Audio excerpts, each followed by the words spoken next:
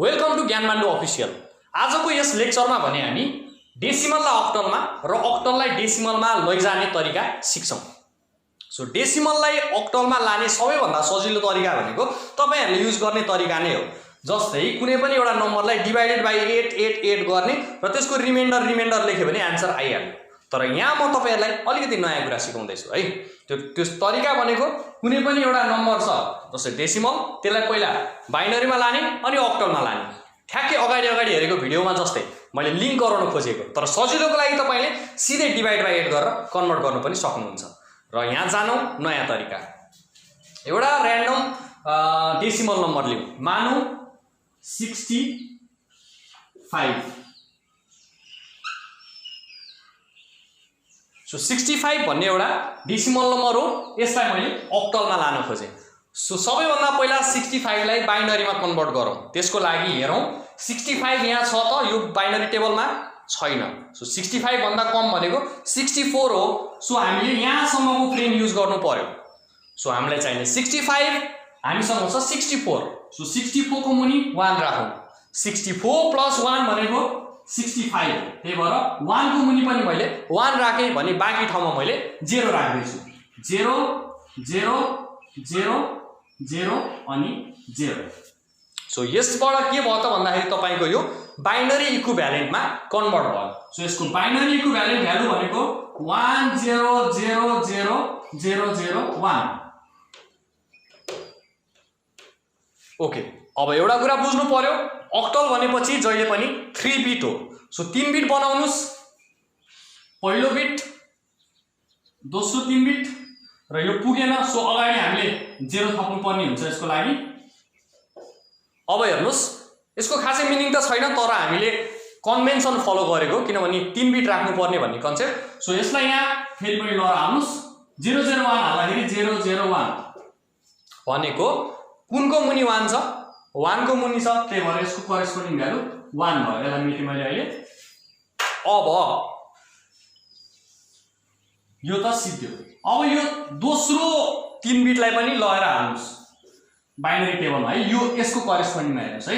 So 0 0 0 हाल्दाखेरि 0 0 0, 4 को मुनि पनि 0, 2 को मुनि पनि 0, 1 को मुनि पनि 0 भन्छ। यहाँ कुनै पनि भ्यालु छैन, त्यही हुनाले यो 0 नै भयो। त्यस्तै थर्ड बिट हेर्नुस् 0 0 1। सो 0 0 1 हेर्दाखेरि यो पनि 1 को मुनि छ भनेपछि यसको कन्भर्टेड भ्यालु चाहिँ कति हुने रहेछ त भन्दाखेरि 1 0 1, जुन चाहिँ अक्टलमा गयो। सो यो सजिलै रहेछ, तपाईले हेर्न सक्नुहुन्छ। अब यसपछि हामी यसको कन्भर्स हेर्दै छौं। हेर्नुस्, अब हामीले यहाँ 101 भन्ने एउटा अक्टल नम्बर छ र यसलाई हामीले बाइनरीमा कन्भर्ट गर्दै छौं र बाइनरी पछि हामी फेरि डेसिमलमा जान्छौं। त्यही भएर मैले अगाडिको लेक्चरमा तपाईलाई बुझाइसकेको छु, यो 101 होइन यदि बेस 10 छैन भने। जबसम्म यसमा बेस 10 हुँदैन तबसम्म यो नम्बरलाई हामीले म्याथमेटिकल्ली हामीले प्रोनाउन्स गर्न सक्दैनौं। यसलाई हामीले नम्बर वाइज नै गर्नुपर्ने हुन्छ। 101 नै हो। अब यो 101 को corresponding binary value लेख्नुस् 101।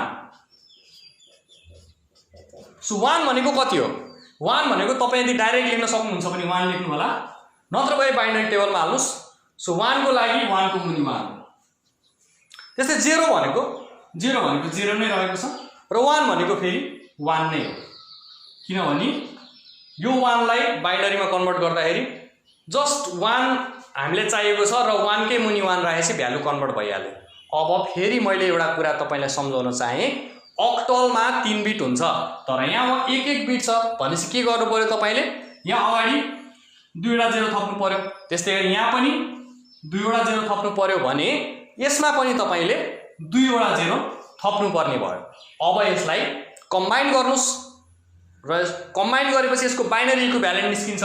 So binary equivalent B = 0 0 1 0 0 0 र 0 0 1। अगाडिको दुईटा 0 लाई इग्नोर गर्दिनुस् र यहाँबाट चाहिँ तपाई नम्बर अफ बिट्स गर्नुस् 1 2 3 4 5 6 7। अब यहाँ फेरि 7 वटा गर्नुस् 1 2 3 4 5 6 7 भनेपछि we should use this frame. हामीलाई यो फ्रेम युज गर्नु पर्यो। सो यसलाई लएर यहाँ हाल्दिनुस्, यसलाई इग्नोर गरे पनि के फरक परेन।